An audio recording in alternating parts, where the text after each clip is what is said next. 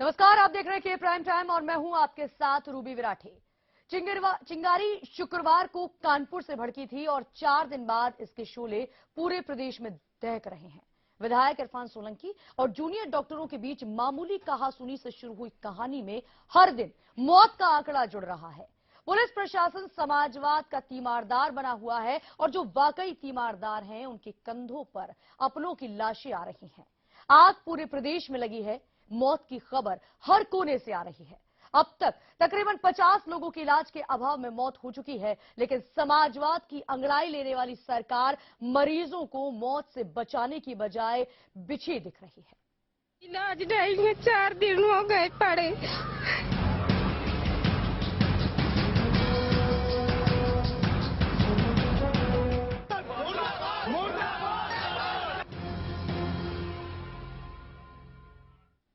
और सबसे पहले हम आपको सुनवाएंगे स्वास्थ्य मंत्री अहमद हसन ने किस तरीके से इस पूरे मामले को जब सुना तो प्रतिक्रिया जाहिर की। अच्छा, हड़ताल जो है ये दुर्भाग्यपूर्ण है। जो घटना हुई है उसकी जांच निष्पक्ष कराई जा रही है। जहां तक डॉक्टरों का सवाल है जो पकड़े गए थे, उनकी वो जेल से बाहर आ गए होंगे, मुझे लगता आ गए हैं शायद। मुझे उम्मीद है कि जो लोग अगर दोनों तरफ से, ये कोई वो नहीं है, जो इसमें दोषी होगा उसके खिलाफ कार्रवाई जरूर होगी। अहमद हसन को आपने सुना और अब हम आपको सुनवाते हैं पूरे मसले पर प्रदेश के मुख्यमंत्री अखिलेश यादव ने किस तरीके से अपनी बात रखी, क्या कुछ कहा, और साथ ही साथ आपको सुनवा देते हैं बसपा अध्यक्ष मायावती की बात भी। सपा के एक विधायक द्वारा डॉक्टर के साथ की गई मारपीट का मामला है और अब ये मामला यहाँ काफी ज्यादा तूल पकड़ चुका है, लेकिन फिर भी यहाँ सपा की सरकार डॉक्टरों को न्याय देने के लिए अभी तक भी तैयार नहीं हो पा रही है और इसकी हमारी पार्टी कड़े शब्दों में निंदा भी करती है। और मैंने ये भी कहा कि अगर कोई बैठ करके चाहे हमारे सरकार के पक्ष या उनके पक्ष से सीसीटीवी कैमरे लगे हुए थे, पूरी रिकॉर्डिंग है, अगर वो रिकॉर्डिंग भी देखना चाहें, इसीलिए सीसीटीवी लगे थे जिससे कि कोई झूठ न बोल सके और सबका पक्ष आ जाए। अगर उनको अपना पक्ष रखना है, सीसीटीवी देखने, अगर उसको देख करके जो कार्रवाई होनी है, जो कोई बात है, वो अपनी सच्चाई सामने रख दें, लेकिन निर्दोष के खिलाफ कार्रवाई नहीं होगी। लेकिन जो दोषी हैं उनके लिए कानून बराबर है, चाहे वो हमारी पार्टी के विधायक हों, हमारी पार्टी का कोई हो, या संबंधित जो डॉक्टर हैं वो लोग। मुख्यमंत्री की बात आपने सुनी, उन्होंने साफ कहा कि जो दोषी हैं उनके खिलाफ कार्रवाई होगी, बख्शा किसी को भी नहीं जाएगा और निर्दोषों को सजा नहीं होगी। लेकिन वो लोग जो परेशान हैं, जिनके अपने इलाज के भाव में तड़प रहे हैं, आखिर उनका क्या दोष था? हम आपको दिखाते हैं वो तस्वीरें, वो हालात जो आज पूरे दिन बने।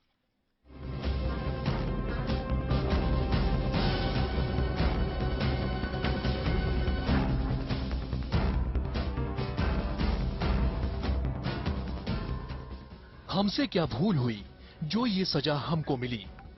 डॉक्टरों की हड़ताल से जिंदगी और मौत के बीच झूल रहे मरीजों की जुबान पर बस यही एक सवाल है।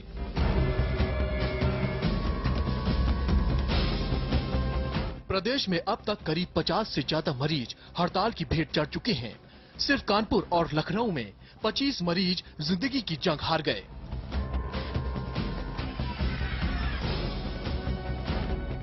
जितना दर्द मरीजों को है, उससे कई ज्यादा उनके तीमारदारों को। तीमारदारों का कहना है कि उन्हें इस मसले पर कोई लेना देना नहीं, उनके मरीज को बस इलाज मिलना चाहिए।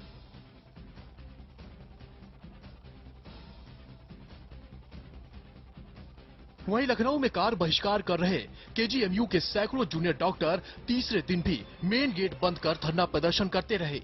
साथ ही डॉक्टरों ने इमरजेंसी सेवाओं को भी रोकने की चेतावनी दी है।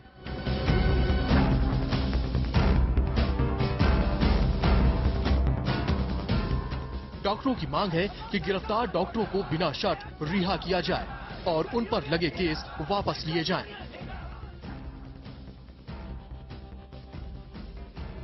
साथ ही विधायक इरफान सोलंकी और एसएसपी कानपुर के खिलाफ भी कार्रवाई की जाए। मांगे बहुत ही सिंपल सी हैं। वो जो डॉक्टर्स को अरेस्ट किया गया है बिना किसी क्राइम के, उनको बिना किसी वारंट के, बिना किसी शर्त के छोड़ा जाए जल्द से जल्द। आज 4 दिन हो चुके हैं। हम लोग सरकार को लगातार अपनी तरफ आकर्षित करने की कोशिश कर रहे हैं। हमने अपनी तरफ से अपनी प्रोटेस्ट कर रहे हैं। लगातार 4 दिनों के बावजूद भी किसी भी डॉक्टर को रिहा नहीं किया गया है। उत्तर प्रदेश के लिए डीजीपी जितना फिक्रमंद विधायक जी के लिए दिखे, उतना डॉक्टरों के लिए नहीं। इस मसले पर जब उनसे बात की गई तो उन्होंने सबसे पहले विधायक को कितनी चोट लगी है ये बताया। विधायक जी को चोटें आई हैं। विधायक जी के सर फूट गया है, उनकी गाड़ी तोड़ दी गई है। कुछ दूसरे भी राहगीर हैं जिनको चोटें आई हैं। बच्चों के भी चोटें आई हैं और उनके कमरों से असलहे भी मिले हैं। सारे की तफ्तीश चल रही है। इसके अलावा अभी और कुछ नहीं कहना चाहूंगा। लखनऊ के आईएमए के सचिव डॉक्टर विजय कुमार ने कहा कि हम डंडे खाने के लिए तो काम पर नहीं लौटेंगे। तो सुना आपने किस तरीके के हालात पूरे शहर, पूरे प्रदेश के अंदर बन रहे हैं। सरकार अपनी बात पर कायम है, डॉक्टर्स अपने रुख पर कायम है, विधायक अपनी बात कह रहे हैं, लेकिन इस बीच जो हालात बन रहे हैं वो बेहद गंभीर हैं और तमाम सवाल खड़े कर रहे हैं। और ऐसे ही सवालों के जवाब आज हम के प्राइम टाइम में तलाशने की कोशिश करेंगे।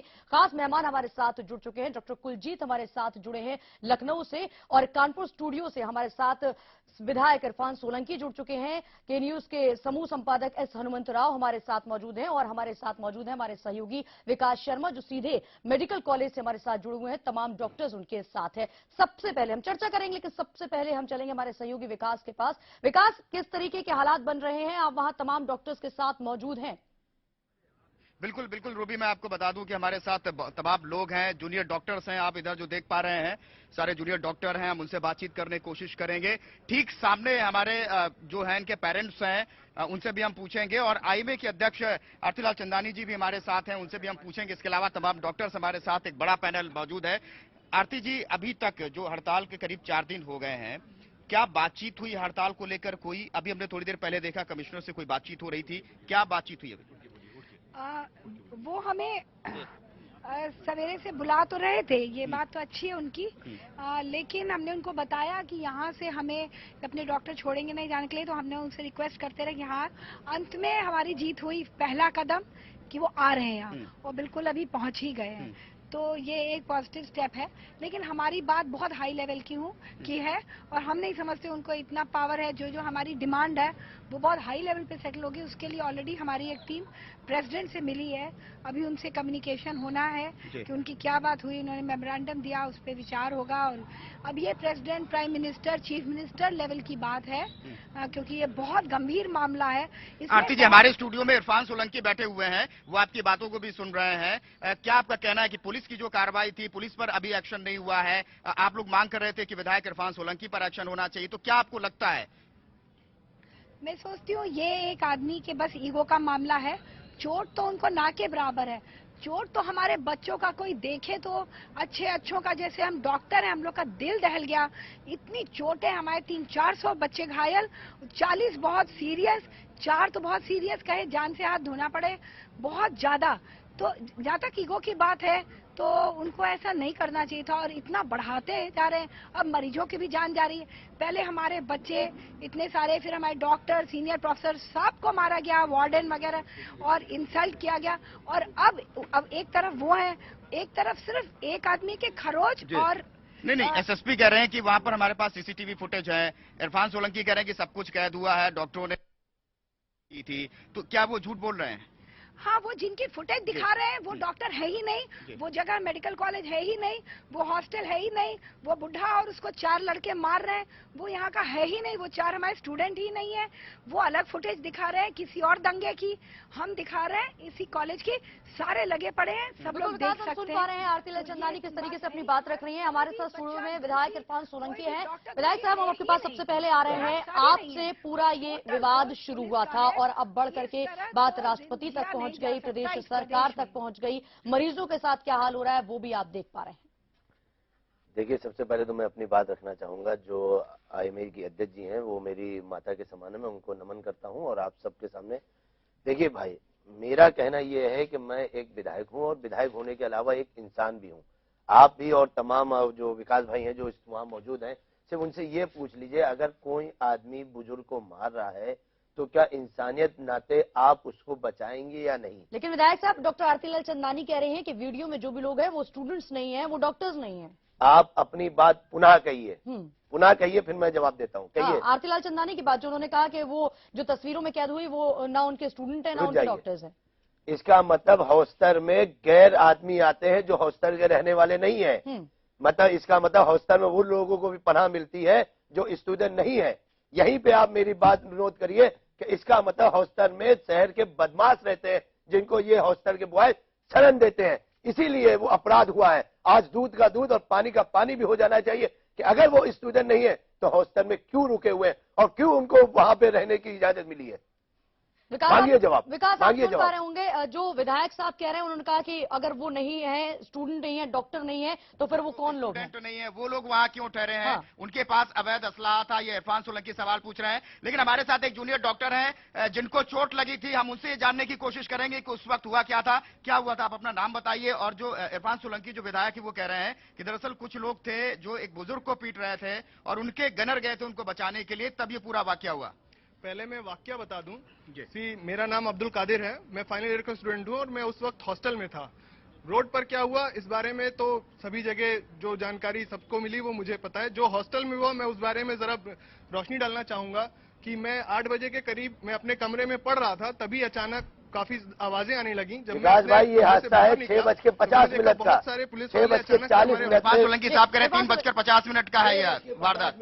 इरफान सोलंकी साहब झूठे हैं। 8 बजे करेक्ट 8 बजे के करीब जो है वो हमारे हॉस्टल में घुस के आई थी और पुलिस हमारे 2 बच्चों को, हमारे साथियों को अगवा करके ले गई। कोई भी हमारा साथी रोड पर नहीं था जिसे पकड़ा गया हो, सब हमारे हॉस्टल के अंदर से अगवा करके लेके गए हैं। विधायक साहब, स्टूडेंट जी, इरफान सोलंकी साहब अगवा करके लेकर गए हैं। ये हमारे साथ एक जूनियर डॉक्टर हैं, वो कह रहे हैं। विकास भाई, मेरी बात सुन लीजिए फिर से। अब्दुल भाई ने समय बताया है रात 8 बजे का और मैं घटना बता रहा हूँ रात 8 बजे का समय, 6:40 या 6:50 या 7 बजे, ये लमसम 20 मिनट, क्योंकि मैंने मगरिब की नमाज 6:15 में काकादेव में एक मस्जिद में पढ़ी। मैं पुल से उतर के एक रॉयल मेडिकल स्टोर है वहाँ से मैं दवा ले रहा था और कोई भी नहीं था। अगर कोई पकड़ा गया हो तो वो बताएं। वहाँ पर सिर्फ दरअसल बता रहे हैं कि हॉस्टल में कितने बजे पुलिस घुसी। सवाल यही है कि पुलिस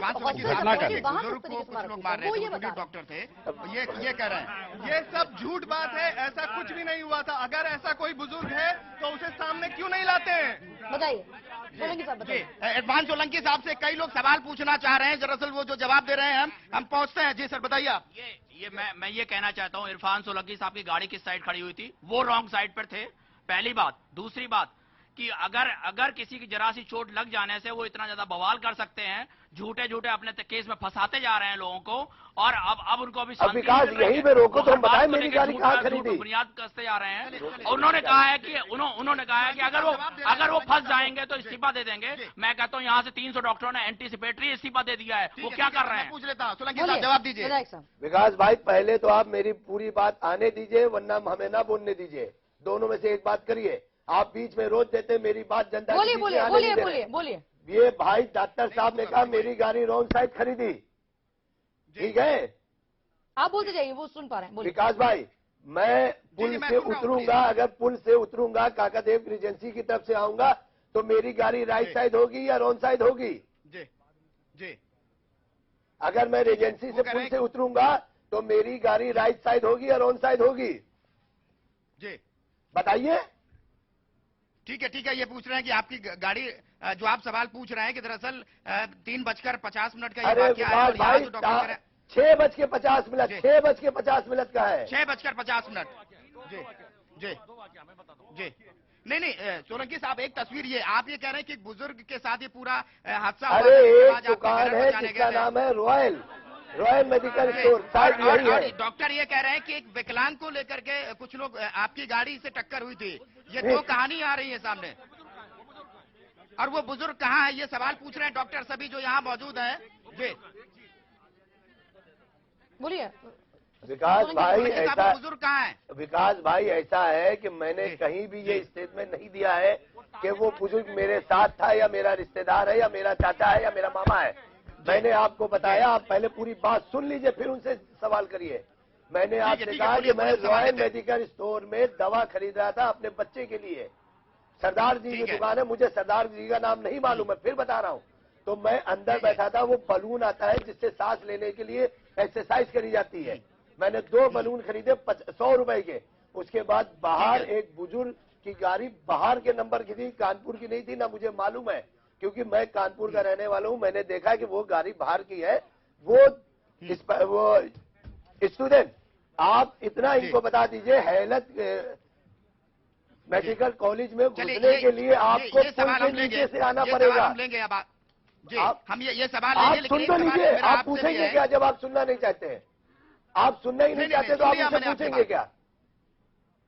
नहीं, इनके जो सवाल है मैं आपको ले रहा हूँ। वही तो मैं बता रहा हूँ कि गाड़ी मुझसे नहीं लड़ाई हुई है, ना मैं किसी को जानता हूँ। आपसे टक्कर नहीं हुई है, आप कहना चाह रहे हैं? अरे आप कहना चाह रहे हैं जी। चलिए, एक सज्जन है इरफान सोलंकी साहब कह रहे हैं कि आप लोग नहीं, वो कह रहे हैं कि नहीं, हम आपका नाम ले रहे हैं कि ये दरअसल पूरी झूठी कहानी है। वो दरअसल उनकी गाड़ी से कुछ हुआ ही नहीं था। माननीय विधायक जी, इसमें कहने की कोई बात नहीं है। हर कोई जान रहा है कि आप गाड़ी में, आपकी गाड़ी कहां खड़ी थी, कितनी रॉन्ग साइड में खड़ी हुई थी और किस तरीके से आपके गनर के द्वारा दरवाजा खोला गया है। लड़के टकराए हैं, उनको चोट लगी है। और आपने जैसा बताया कि आपने परसों 28 या 1 तारीख को बोला था कि आपके सर में लड़कों ने पत्थर से ईंटा मारा है। और उसके बाद आपने बाद में अभी जी टीवी पे जो आपका इंटरव्यू आ रहा था तो आप कह रहे थे देखिए ये साइन बोर्ड का ये है, ये लड़के ने मेरे पीछे मारा है। आप कह रहे थे आपके 6 टांके लगे हैं, आगे लगे हैं, पीछे लगे हैं। और भाई साहब, आपको 1 तारीख को टांके लगते हैं और 3 तारीख से आपके सारे टांके गायब हो जाते हैं। आप उस दिन ये सवाल पूछ रहे हैं कि 6 टांके कैसे 2 दिन में ठीक हो गए? इरफान सोलंकी साहब, विकास भाई, हम इसमें क्या बोलें जब आप हमें बोलना नहीं नहीं, देना आप मौका चाहते दे रहे तो हैं, फायदा बोलिए, नहीं। बोलिए, नहीं, रहने दीजिए, बोलिए, हमें कुछ नहीं कहना। आप कहते रहिए जो मर्जी वो कहिए। नहीं, आप बोलिए, हमें कुछ नहीं कहना, आप कहिए। हम नहीं बोलेंगे, आप बोलिए, जवाब दीजिए। आप नहीं, आप कोई सवाल पूछिए, हम पूछते हैं, हमारे साथ तमाम डॉक्टर हैं। मैं आपका सवाल सुन रहा हूँ। आप बोलिए सोलंकी जी, बोलिए।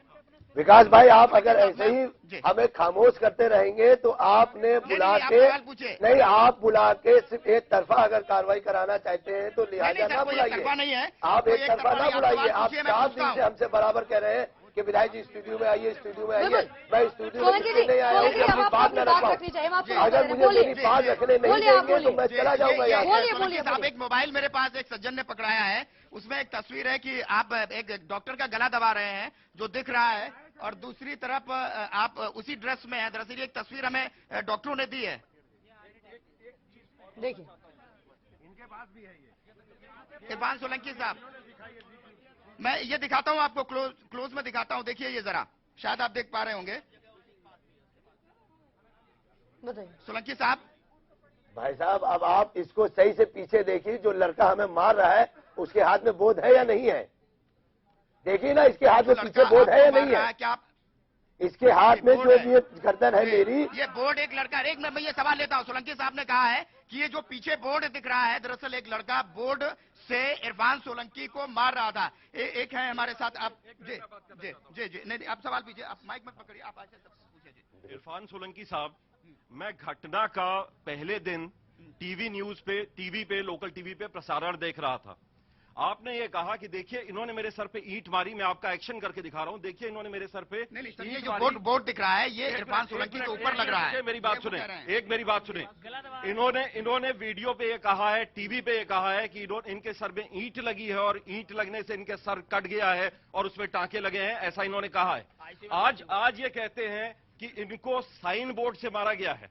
दोनों बातें इन्होंने टीवी चैनलों पे कही हैं। क्या बात सच है? पहले ये बताएं कि क्या बात सच है, चोट कैसे लगी? और इरफान सोलंकी साहब, आपकी जानकारी के लिए बता दूं, सुन रहे हैं और जवाब भी देंगे, लेकिन हम सोलंकी साहब से पूरी बात सुनते हैं। इरफान सोलंकी, बोलिए इरफान जी, अब अपनी बात पूरी आप रखिए। बोलिए, बताइए। हम चाहते हैं दोनों पक्षों की बात सामने आए, जो भी मसला है उसे सुलझाने की कोशिश कर रहे हैं, इसलिए हमने आपको बुलाया। बताइए, अपनी बात रखिए आप। देखिए, आप सबसे पहले ये जान लीजिए, क्या एक बुजुर्ग को बचाना ही गुनाह बन गया मेरा? हाँ।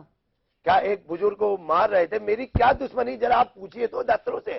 क्या कभी मैंने किसी भी सम्मानित डॉक्टर जो वहां मौजूद है, विकास भाई, किसी भी सम्मानित डॉक्टर को उठा के पूछिए क्या इरफान सोलंकी ने कभी उनको अबे भी कहा है? कहा है विकास भाई? दिख नहीं रहे विकास भाई। सुन रहे हैं, आप बोलते जाइए, सुन रहे हैं जी। आप बताइए, इरफान सोलंकी साहब कह रहे हैं कि अगर एक बुजुर्ग को कोई मार रहा है, बिल्कुल। वो यहाँ के विकास, हम विधायक आपके हैं, पास तो आएंगे, अगर तमाम उन्होंने डॉक्टर बचाने से का काम सवाल किया, मिलेंगे, लेकिन फिलहाल इरफान जी अपनी बात रखना चाह रहे हैं। हम चाहते हैं कि वो अपनी बात पूरी कर लें, उसके बाद हम आपके पास आते हैं। बोलिए बोलिए यार विकास जी, आप अध्यक्ष जी बात कर रहे हैं, ये सम्मानित डॉक्टर जी कुछ महीने पहले, मैं इनका नाम नहीं मुझे ध्यान आ रहा है, कुछ महीने पहले हम लोग IMA की मीटिंग में गए थे जहाँ श्री प्रकाश जी भी थे और तमाम विधायक जी भी थे, और हम लोगों ने पहल करी थी कि IMA के लिए पैसा दिया जाए।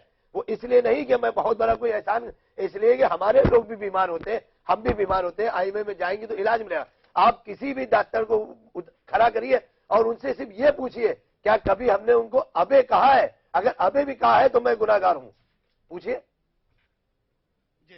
जी, क्या पूछा है सोलंकी साहब ने? वो विकास, सोलंकी साहब का ये कहना है कि उन्होंने कभी कड़े शब्द में भी बात नहीं की किसी डॉक्टर से।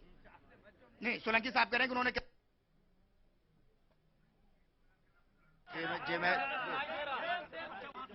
मैं उस समय गेट से जा रहा था वहाँ पे, उस समय वहाँ पे उन्होंने झगड़ा किया, बाइक से टकराव हुआ उनका, उसके बाद उन्होंने बदतमीजी की उन लोगों से, उनके गनर ने उतर के झगड़ा किया उन लोगों से। विकास, इरफान सोलंकी ये बोल रहे हैं कि क्या कभी उन्होंने किसी डॉक्टर से इस तरीके से कभी बदतमीजी की है क्या? चलिए, हमारे पास तमाम डॉक्टर, इरफान सोलंकी साहब एक सवाल पूछ रहे हैं कि क्या कभी इससे पहले डॉक्टर से इस तरह इस भाषा में बात की कि अगर वो मारने की कोशिश करें? विकास, ये सवाल कर रहे हैं। विकास, मैं एक सवाल करना चाहता हूं डॉक्टर आरती लाल चंदानी से। उन्होंने शुरुआत में कहा था कि वो इस मामले का अब एक हल चाहती हैं और काफी उच्च स्तर पे बातचीत चल रही है। अब तक की जितनी बहस हुई है, अब तक की कुल जितनी बहस हुई है, इससे ये समझ में आता है कि ये मामला बहुत ही छोटा प्रकरण था और ये छोटा प्रकरण बेवजह बहुत बड़ा प्रकरण हो गया। गाड़ी रॉन्ग साइड पे खड़ा करना या किसी बुजुर्ग के लिए दो बातें कहना या प्रत्युत्तर में डॉक्टरों के द्वारा कुछ कहा सुनी हो जाना, दोनों पक्षों की तरफ जब हम ध्यान देते हैं तो कुल मिलाकर के ये समझ में आ रहा है कि ये कोई ऐसा बहुत बड़ा प्रकरण नहीं था। ये प्रकरण कैसे बड़ा बना, ये जानना बेहद जरूरी है। विकास भाई, आपके द्वारा इरफान जी एक मिनट, जी बोलिए सर, बोलिए सर। ये प्रकरण कैसे बड़ा बना, इसके तह तक जाना बेहद जरूरी है विकास। और ये प्रकरण तब बड़ा बना जब एक मामूली सी बात से, जिस तरीके से हॉस्टल में बिना परमिशन के, बिना डॉक्टर की परमिशन से घुसा है और घुस के जो वहाँ पर टाटो डस्ट हुआ है, उसके लिए इतिहास आपको माफ नहीं करेगा सोलंकी साहब। चलिए जी सर, जी कुल मिला के यही समझ में आ रहा है। और मैं इरफान सोलंकी जी से भी ये सवाल लेना चाहूंगा कि इरफान जी, जब इतना छोटा मामला था और पुलिस और प्रशासन ने जब इस मामले में दखल दिया तो ये एक बहुत व्यापक स्वरूप में जो है ये सामने आया है। पुलिस ने जिस तरीके से बर्बरतापूर्ण कार्रवाई की डॉक्टरों के ऊपर, एक छोटे से मामले को जो बातचीत से सुलझाया जा सकता था, उस मामले को डिस्प्रपोर्शनेटली ये अगर आग में घी डालने का काम किया है तो वो पुलिस और उसके प्रशासन ने किया है। इरफान जी, आपका क्या कहना है? भाई मेरी बात सुन कौन रहा है, हम किसको जवाब दें? नहीं, मैं आपसे ये पूछना चाहता हूँ इरफान जी, जितना अब तक बात हुई है इसमें तो कुल मिला के ये समझ में आ रहा है कि मामला बहुत छोटा था, लेकिन ये मामला आज इतना बड़ा हो गया कि महामहिम राष्ट्रपति तक पहुंच गया, प्रधानमंत्री के दरवाजे तक पहुंच गया, माननीय मुख्यमंत्री जी तक पहुंच गया। तो कहीं ना कहीं से आग में घी पड़ी है। वो आग में घी किसने डाली है? हम बोले जी भाई साहब, आग में घी डालने का काम अध्यक्ष महोदय ने करा है। आप बार बार कह रहे हैं रॉन्ग साइड गाड़ी खरीदी, हम तो खुद आपसे कह रहे हैं कि मेरी गाड़ी का मामला ही नहीं है और मैं रॉन्ग साइड कैसे हो सकता हूं जब मैं एजेंसी की तरफ से आ रहा हूं। अगर कोई भी कानपुर में रहने वाला है वो अगर कह दे कि रॉन्ग साइड गाड़ी इस पत्ती में खड़ी हो सकती है तो जो चोर की सजा वो मेरी सजा। पहले तो आप एक एक बात उनको मनवाइए कि हाँ ये गलत कह रहे हैं। मैंने आपसे फिर कह रहा हूं कि मैंने पूछा क्या, मैंने किसी भी डॉक्टर के साथ, मैं पिछले 7 साल से विधायकी कर रहा हूं, मैंने किसी के साथ अबे भी कहा हो तो जो चोर की सजा वो मेरी सजा। मैं डॉक्टर का सम्मान करता हूं क्योंकि दुनिया में ऊपर वाले के बाद उनको भगवान का दर्जा दिया जाता है। जब बच्चा बीमार होता है तो हम कहते हैं डॉक्टर साहब आपको भगवान का वास्ता मेरे बच्चे को बचा लीजिए। मैं उनके साथ गलत नहीं कर सकता, पर उनके जूनियर डॉक्टरों ने मेरे पास, अब FIR मैं आपको दिखाता हूं, FIR की तारीख मैं बता रहा हूं आपको, 3/3/2013 डॉक्टर है दिलीप अग्रवाल केसीएम में काम करते हैं, केपीएम में। इन्होंने एक नर्स के साथ, एक महिला के साथ बलात्कार करने की कोशिश करी। बड़े भाई जरा जूम करिए, इनको डॉक्टर को दिखाइए। ठीक, ये तमाम स्वरूपनगर थाने के मामले हैं जहां पे जूनियर डॉक्टरों के खिलाफ एफआईआर दर्ज है। वहां कोई बोलता नहीं है। भाई साहब, मैं भी नहीं बोलता, पर एक बुजुर्ग को मार रहे थे, मैंने छुड़ाने की कोशिश करी। वो कार्बाइन छीन रहे थे। कार्बाइन एक वो असला है जिससे 40-50 गोली जो भी निकलती हो, अगर अल्लाह न करे छीन लेते और वो बटन दबा देते, वहां मौजूद कितने लोग मरते। क्या मैं अपने परिवार के लिए जरूरी नहीं हूं? क्या वहां बैठे डॉक्टर या आप बैठी बहन, आप जरूरी नहीं है अपने परिवार? आप सब जरूरी है। ये वो इंसान जानता है जो परिवार वाला है। ये बच्चों ने शैतानी करी है। आईएमए की अध्यक्ष महोदय को चाहिए था, वो आते हैं, कहते विधायक जी गलत। अब मैं माफी मांगने को तैयार हूं। मैं आप सबसे माफी मांगता हूं। माफी मांगने का मतलब ये ना निकालिएगा कि मैं गलत हूं, पर मुझे परंपरा निभानी आती है, इसलिए मैं झुकने को तैयार हूं। मेरी गलती एक आने भी निकल आएगी, मैं ऐलान कर रहा हूं, मैं इस्तीफा दे दूंगा। पर आप जांच के सामने तो आइए। आप खुद जांच के सामने नहीं आके मुंह चुरा रहे हैं और जनता को गुमराह कर रहे हैं। अच्छा इरफान जी, मैं आपसे एक सवाल करना चाहता हूं कि इतनी भारी तादाद में जो पुलिस थी हेलमेट लगा करके गई, जो विजुअल्स हमने देखे हेलमेट लगा करके गई और उसने बेरहमी से डॉक्टरों को पीटा। तमाम सारे जो बाहर के तत्व थे, मैं ये नहीं कहूंगा कि वो आपके समर्थक थे, लेकिन भाई ऐसे तत्व आपको थे। इल्म नहीं है कि उन्होंने इस पुलिस वालों को मारा है। सीओ कोतवाली के चोट लगी, आपने देखा होगा। एसओ स्वरूपनगर के चोट लगी। भाई साहब, जब मेरे चोट लगी मैं उर्सुला चला गया होता। आपके खुद कैमरे वाले मौजूद हैं। और रही बात टाके की नहीं टाके की, आप खुद अध्यक्ष महोदय वहां बात कह रही है कि मेरे आदमी द्वारा चोट लग गई। अरे आप हकीकत तो सामने लाइए। क्यों गुमराह कर रही है? क्यों झूठ को इतना बढ़ावा दे रही है कि इनके हौसले बुलंद हो रहे हैं? इरफान जी, हम इस चर्चा को आगे बढ़ाएंगे और हमारे साथ लखनऊ से भी हमारे मेहमान जुड़ चुके हैं, हम उनके पास भी जाएंगे, लेकिन छोटे से ब्रेक के बाद। भैया मैं जा रहा हूँ। इलाज नहीं है, 4 दिन हो गए पड़े।